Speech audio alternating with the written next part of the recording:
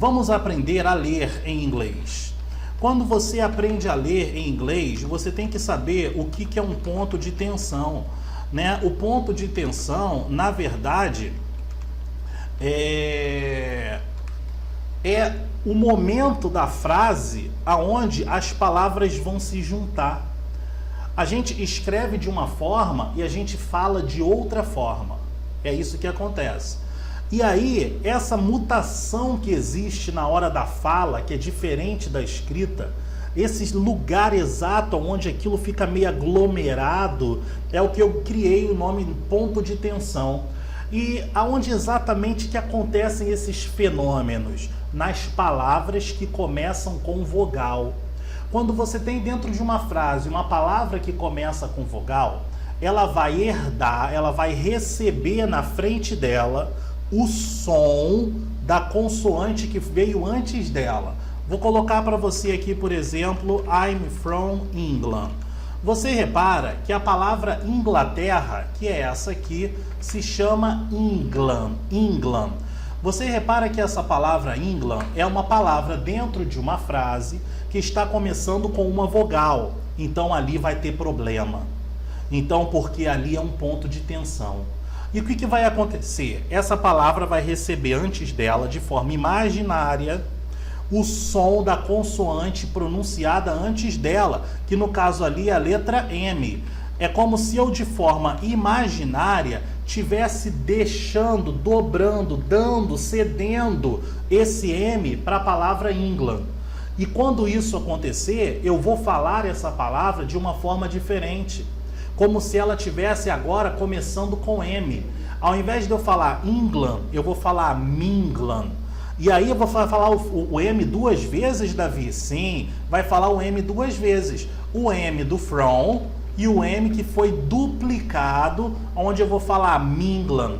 E aí quando eu for ler vai ficar I'm from England. Fala pra mim assim, I'm from England. I'm from England. Muito bom, deixa eu tirar o som aqui. Tem que colocar isso.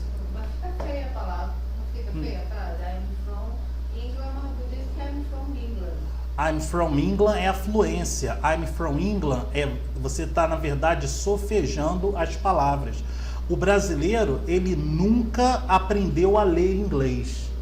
O brasileiro, ele aprende a sofejar. Sofejar é quando você fala palavra por palavra. Você, por exemplo, como é fluente em português, se eu te perguntar, você viu a Luciana por aí? Acho que está dentro da sala. Vê se o celular está dentro da bolsa. Você não fala, veja se o celular está dentro da bolsa.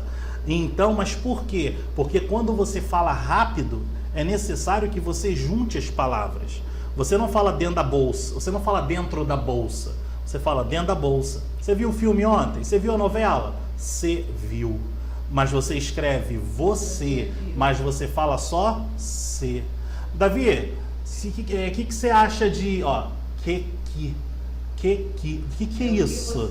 Tá vendo? Então você só fala que nem sei falar pensando, que a gente fala por instinto. Que você acha? Que você acha da gente? Que você acha? Que você acha? Né? Você fala o que, mas só fala o que, come o. Tá vendo? Dentro do carro. Esqueci minha apostila dentro do carro. Esqueci minha apostila. Tá vendo? Então isso a gente faz sem perceber. Então isso é a velocidade. Dentro do carro, mas você escreve dentro do carro, exatamente. E aí surge uma coisa muito mortal para mim e para você. A pessoa que não faz isso não é fluente. Então, você repara, eu falei que o brasileiro não sabe juntar as palavras. Então, o brasileiro, ele fala palavra por palavra. I'm from England. Então, ele não leu ainda. Ele só repetiu as palavras, ele só sofejou. Então, você, quando fala I'm from England, você não leu. Você só lê quando você junta as coisas. I'm from England. Qual é uma das maiores reclamações que as pessoas têm sobre o inglês? Nossa, eles falam muito rápido. Tá gostando do vídeo? Quer aprender inglês de verdade, de forma simples e rápida agora? Clica na descrição desse vídeo no final e você vai ser levado aí para o meu curso online de aulas gravadas. Muito fácil, gente. Não perca tempo. E espanhol é pior ainda. Tá vendo? Esse falar rápido, às vezes nem é por isso. É porque eles juntam as palavras. Você viu o filme ontem? Você viu o filme ontem? Se você falar, se você viu o filme ontem, a pessoa tem como entender. O problema não é que ele falou rápido, o problema é que ele falou pela metade. O problema é que a pessoa... Você viu o filme? Você viu se o livro tá dentro da sala? Ó, você viu se o livro tá dentro da sala. Então, escreve de uma forma, se fala de outra. Esse aí é o X da questão. Certo? Então, em inglês, a mesma coisa. E aonde que você cria essas mutações? Você cria essas mutações justamente nas palavras. Um dos momentos é nas palavras que começam com vogal. Elas herdam o som da consoante antes dela. Quer ver uma coisa? Quando você aprendeu a perguntar o nome de um objeto, desenhava-se dessa forma aqui. Vamos ver aqui. Esse in aqui é um ponto de tensão, porque é uma vogal que vai receber a consoante S. Esse English aqui é um ponto de intenção, porque é uma vogal E que vai receber a consoante N. E agora eu tenho como ler, ó. What's this in English? E aí quando eu for falando bem devagarzinho, ó. What's this in English? Se eu for aumentando essa velocidade, vai ficar What's this in English?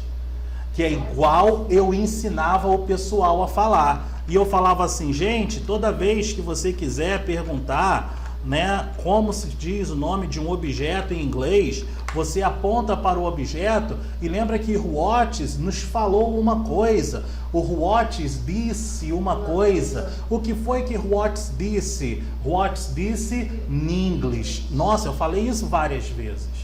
What's disse in English. Quando eu ensinei isso, eu já estava levando em consideração as junções. Que agora você enxerga. What's this in English? This termina aqui. É aqui, ó. Sim, tá aqui, ó. Sim. Que eu juntei o N lá já no English. Então vai ficar What's this in English? Já levando em consideração todas as junções. Então tudo que eu ensino é assim.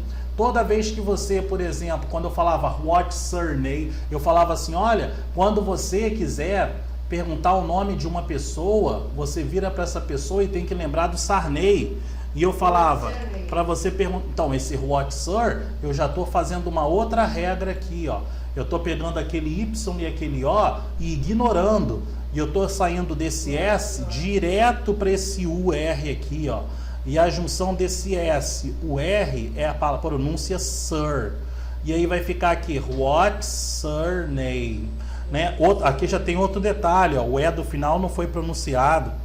Então vai ficar, what's your name? What's your name?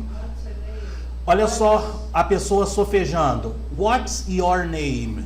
Agora olha o americano falando, what's your name? Ele não fala da mesma forma que ele escreve. E isso é um dos preceitos, é uma dos fundamentos principais. E lembra de uma coisa, se eu não falo dessa forma, eu não entendo quem fale dessa forma. Porque a gente só reconhece aquilo que a gente conhece.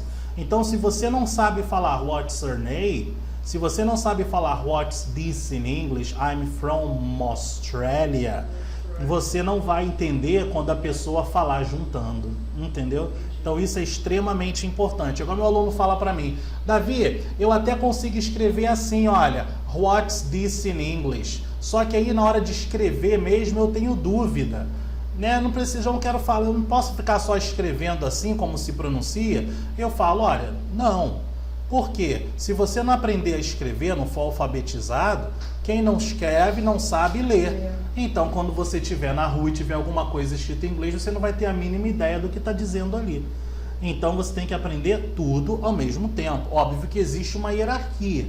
Primeiro, você tem que falar, tem que aprender a falar. Só depois que você está muito craque na pronúncia, é que você vem treinando a escrita. Tranquilo? Então, isso aqui, ó, ponto de tensão na leitura, é o fundamento da leitura. E qual é a primeira coisa que a gente tem que dominar aqui? Quando eu tenho uma frase, onde essa frase tem uma vogal, ela vai iniciando com vogal lá no meio da frase. Então, se ela for precedida aqui, ó, de uma consoante, essa consoante vai duplicar de forma imaginária, ela não vai vir escrito assim. Isso aqui é só para a gente visualizar o que está acontecendo. Ela vai duplicar na outra palavra lá. Ao invés de eu falar England, eu vou passar a falar Mingland. Yes?